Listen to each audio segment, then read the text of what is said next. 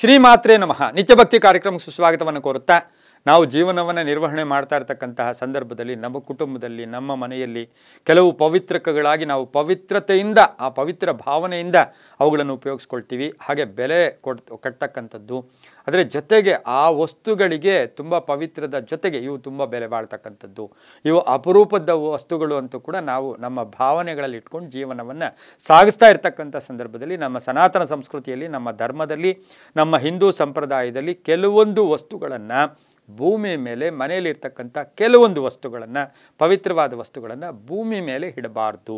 ಭೂಮಿಗೆ ಈಗಾಗಲೇ ನಮಗೆ ಗೊತ್ತು, ಗುರುತ್ವಾಕರ್ಷಣ ಶಕ್ತಿ ಇರ್ತಕ್ಕಂಥದ್ದು, ಭೂಮಿ ಎಲ್ಲವನ್ನೂ ಕೂಡ ತಡ್ಕೊಳ್ತಕ್ಕಂಥದ್ದು, ಎಲ್ಲವನ್ನೂ ಹೀರ್ಕೊಳ್ತಕ್ಕಂಥದ್ದು. ಯಾವುದೇ ವಸ್ತುವನ್ನು ನಾವು ಮೇಲೆ ಕೆಸಿದಾಗ ಅದು ತಕ್ಷಣವೇ ಭೂಮಿ ಮೇಲೆ ಬಂದು ಬೀಳ್ತಕ್ಕಂಥದ್ದನ್ನು ಕೂಡ ನಾವೆಲ್ಲರೂ ಕೂಡ ಗಮನಿಸಿದ್ದೀವಿ. ಹಾಗಾಗಿ ಕೆಲವು ವಸ್ತುಗಳು, ಮನೆಯಲ್ಲಿ ಉಪಯೋಗಿಸ್ತಕ್ಕಂಥ ಕೆಲವು ವಸ್ತುಗಳನ್ನು ಭೂಮಿ ಮೇಲೆ ಇಟ್ಟಾಗ ಆ ಒಂದು ವಸ್ತುಗಳ ಶಕ್ತಿ ಕಡಿಮೆ ಆಗ್ತಕ್ಕಂಥದ್ದು, ಜೊತೆಗೆ ಆ ಒಂದು ವಸ್ತುಗಳ ಒಂದು ಪಾವಿತ್ರತೆಯನ್ನು ಕಳ್ಕೊಳ್ತಕ್ಕಂಥ, ಯಾವಾಗ ಶಕ್ತಿ ಹೀನ ಆಗುತ್ತೋ ಅದು ಪಾವಿತ್ರತೆ ಅಥವಾ ಶಕ್ತಿ ಕಡಿಮೆ ಆದಾಗ ಅವು ತಮ್ಮ ರಿಯಾಕ್ಷನ್ಸನ್ನು ಕೊಡೋದಿಲ್ಲ. ಅಂತಹದ್ದು ಯಾವುದು ಅಂಥವನ್ನ ನಾವು ಜ್ಞಾಪಕ ಇಟ್ಕೋಬೇಕು. ಅವು ಎಲ್ಲಿಡಬೇಕು?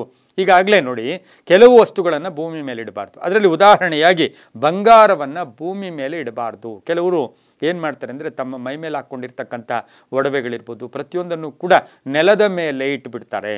ಅದನ್ನು ಅವಾಗ ಏನು ಮಾಡಬೇಕು? ಏನಾದರೂ ಒಂದು ಬಾಕ್ಸು, ಒಂದು ಸ್ಟೀಲ್ ಡಬ್ಬಿನೋ ಅಥವಾ ಏನೋ ಅದರಲ್ಲಿ ಹಾಕಿಟ್ರೆ ಅದು ತುಂಬ ಶಕ್ತಿಯುತವಾಗಿರುತ್ತೆ. ನಮ್ಮ ದೇಹದ ಮೇಲೆ ಅದು ಪ್ರಭಾವವನ್ನು ಕೂಡ ಬೀರುತ್ತೆ, ಪರಿಣಾಮ ಬೀರುತ್ತೆ. ಕೆಲವರು ಸಾಮಾನ್ಯವಾಗಿ ಎಲ್ಲರೂ ಅಲ್ಲ, ಕೆಲವರು ತಾಳಿಯನ್ನು ಕೂಡ ತೆಗೆದು ನೆಲದ ಮೇಲೂ ಕೂಡ ಇಡಬಹುದು. ಆದರೂ ಕೂಡ ಅದೇನು ಅಂತ ಹೇಳಿದ್ರೆ, ತಾಳಿಯನ್ನು ಇಡಬಹುದು, ಅದು ಬೇರೆ ಪಕ್ಕಕ್ಕಿಡೋಣ. ಆದರೆ ಅದು ಬಂಗಾರದ್ದಾಗಿದ್ದೆ ಆದರೆ ಅದರ ಶಕ್ತಿ ಕೂಡ ಕಡಿಮೆ ಆಗುತ್ತೆ.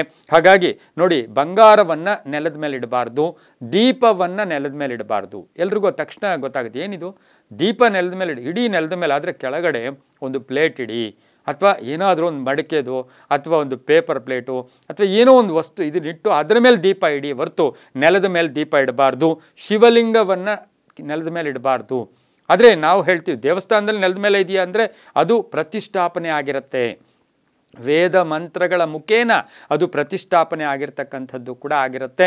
ಅದಕ್ಕೆ ತ್ರಿಕಾಲ ಅಭಿಷೇಕ ಆಗಿರ್ತಾ ಇರುತ್ತೆ, ಇಡೀ ಜಾಗಕ್ಕೆ ಬಲ ಬಂದಿರುತ್ತೆ. ಹಾಗಾಗಿ ಮನೆಯಲ್ಲಿರ್ತಕ್ಕಂಥ ಶಿವಲಿಂಗ ಇದ್ದರೆ ಅದನ್ನು ನೆಲದ ಮೇಲೆ ಇಡಬೇಡಿ. ಸಾಮಾನ್ಯವಾಗಿ ತಟ್ಟೆನೋ ಒಂದು ಸ್ವಲ್ಪ ಅಕ್ಕಿ ಹಾಕಿ ಆ ತಟ್ಟೆಯಲ್ಲಿ ಇಟ್ಕೊಂಡು ದೇವ್ರ ಗುಡಿಯಲ್ಲಿ ಇಟ್ಕೋಬೋದು. ಇನ್ನು ಶಂಖವನ್ನು ನೆಲದ ಮೇಲೆ ಇಡಬಾರ್ದು, ಅದಕ್ಕೆ ಶಂಖಕ್ಕೆ ಒಂದು ಸ್ಟ್ಯಾಂಡ್ ಮಾಡಿಸಿರ್ತಾರೆ.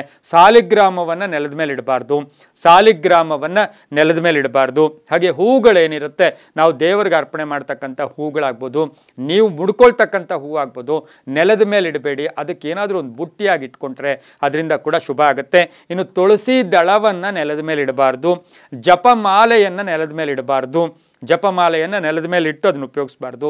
ಕರ್ಪೂರವನ್ನು ನೆಲದ ಮೇಲೆ ಇಡಬಾರ್ದು. ರುದ್ರಾಕ್ಷಿ ಮಾಲೆ, ರುದ್ರಾಕ್ಷಿ ಹಾಕೊಳ್ಳೋ ರುದ್ರಾಕ್ಷಿ ಇರ್ಬೋದು, ಜಪದ ರುದ್ರಾಕ್ಷಿ ಇರ್ಬೋದು, ನೆಲದ ಮೇಲೆ ಇಡಬಾರ್ದು. ಗರಿಕೆ ಈಗ ಅದು ಈಗಾಗಲೇ ನೆಲದಲ್ಲಿದೆ, ಅದನ್ನು ನೀವು ಕಿತ್ಕೊಂಡು ಬರ್ತೀರಾ, ಮತ್ತೆ ಅದನ್ನ ನೆಲದ ಮೇಲೆ ಇಡೋಕ್ಕೆ ಹೋಗಬೇಡಿ. ಆಮೇಲೆ ಪುಸ್ತಕಗಳು ತುಂಬ ಇಂಪಾರ್ಟೆಂಟು. ನಮ್ಮ ಮಕ್ಕಳಿಗೆ ಮೆಮೊರಿನೇ ಇಲ್ಲ, ನಮ್ಮ ಮಕ್ಕಳಿಗೆ ಎಲ್ಲೋ ಮರ್ತೋಗ್ತಾ ಇರ್ತಾರೆ, ಹೇಳಿದ ಮಾತು ಕೇಳಲ್ಲ, ಯಾವುದು ಓದಲ್ಲ, ಪ್ರತಿಯೊಂದು ಜ್ಞಾಪಕ ಶಕ್ತಿ ಇರಲ್ಲ. ಇದೂ ಒಂದು ಕಾರಣ. ಏನು?